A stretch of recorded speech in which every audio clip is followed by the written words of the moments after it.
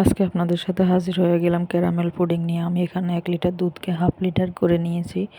আর এখানে আমি আজকে হাঁসের ডিম দিয়ে পুডিংটা বানাবো, এই জন্য আমি 2টা এলাচ দিয়ে দিলাম। ডিমের একটা স্মেল আছে, ওইটা যাতে না লাগে। আর এখানে আমি ক্যারামেল করে নিতেছি, যেই পাত্রে বসাবো পুডিংটা ওই পাত্রেই ক্যারামেলটা করে নিতেছি। এখানে হালকা একটু পানি দিয়ে চিনির সাথে ক্যারামেলটা করে নিলাম। আর মিষ্টি পুডিং বানালে একটু বেশি মিষ্টি দিলে ক্যারামেলটা একটু গাঢ় করবেন। আর এখানে আমি ডিমগুলো মিক্স করে নিলাম। হাঁসের ডিমটা অনেক ঘন থাকে। এখন দুধ আর ডিমটাকে মিক্স করে নিতেছি। আর এদিক দিয়ে আমি ক্যারামেলটা যে পাত্রে বসালাম ওইটা ঠান্ডা হইতেছে। এখানে আমি একটু ঘি দিয়ে দিলাম।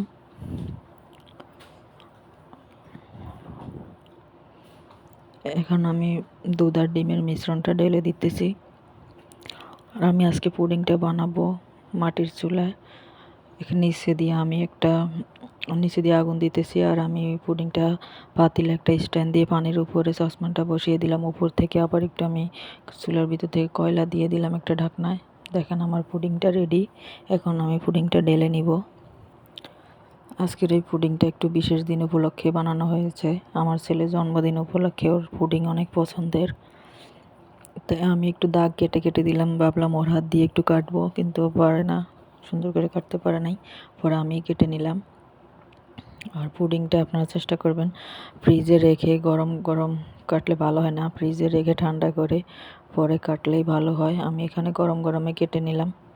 আমার ছেলে 1 পিস খাইতে চাইছিল, এই কারণে ওকে 1 পিস গরম গরম কেটে দিলাম। ওর অনেক বেশি পছন্দ পুডিং। আপনাদের কার কার পছন্দ জানাবেন অবশ্যই।